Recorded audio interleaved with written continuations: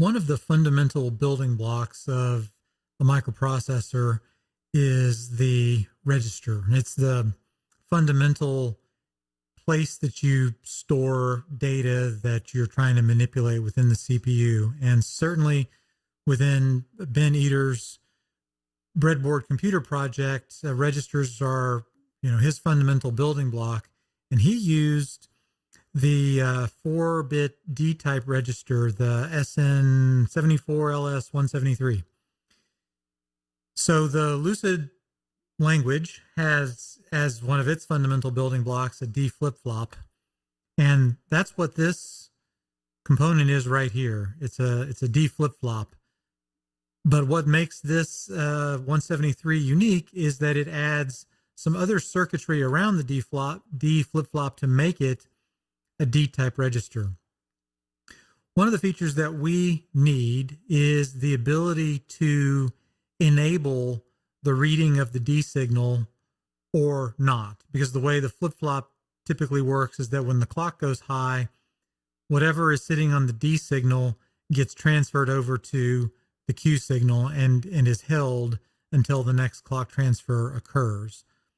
Well, we need a way to prevent that behavior and only cause that transference to occur when we want it to, regardless of what the state of the clock signal is. And that's really what the function of these gates are right here. These gates form the data enable component that turns this D flip-flop into a D-type register.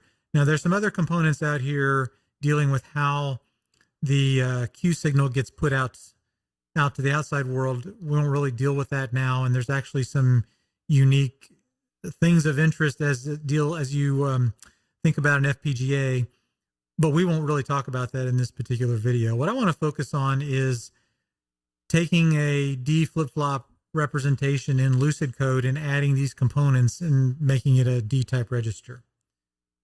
So let's have a look at some code that I wrote to do that. So we're going to implement what I'm going to call a D-type register. It's going to take an input. We're going to call it D. It's going to be of a particular width because typically these would be implemented as, at least in our breadboard computer's case, as an 8-bit register, even though the package, the IC package that we just looked at was a 4-bit version, but you can make this whatever width you want. You need an enable signal. Now, the enable signal in the 173 package was active low, so that's why I've called my signal enable B. B bar means low, so enable bar is active low. And then we need an output. We're going to call it Q. Again, the output's going to be the same width as the input. We declare ourselves a D flip-flop of the same width because we need, essentially we need width number of these D flip-flops to hold the state of all the bits composed of that width. So what is it that we need to do to bring the enable functionality into this D flip-flop? Well, this statement right here is a direct translation of these logic gates. So if you look carefully, feeding, working your way from the inside out, you have an OR gate feeding the D signal, and that OR gate is composed of 2 AND gates, which take on one AND gate the input from the D signal and one side of the data enable, and then the other AND gate takes the Q output from the flip-flop with the opposite of the data enable signal.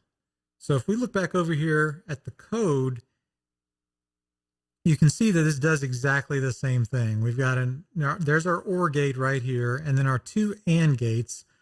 One AND gate taking the D input signal and taking the inverse of the enable signal. And of course, we have to multiply that by width number of times because we want each one of the bits that's sitting within the D to basically take the same enable signal. And on the other AND gate, we have the output Q from the flip-flop ANDed together with the width of the uninverted enable signal. And the whole result of that being assigned to the input D value of the flip-flop that we're storing up here. And then this is just taking the output of the flip-flop and assigning it to our Q of our module. So that implements the 74LS173 D type package in Lucid code, less the output control signal.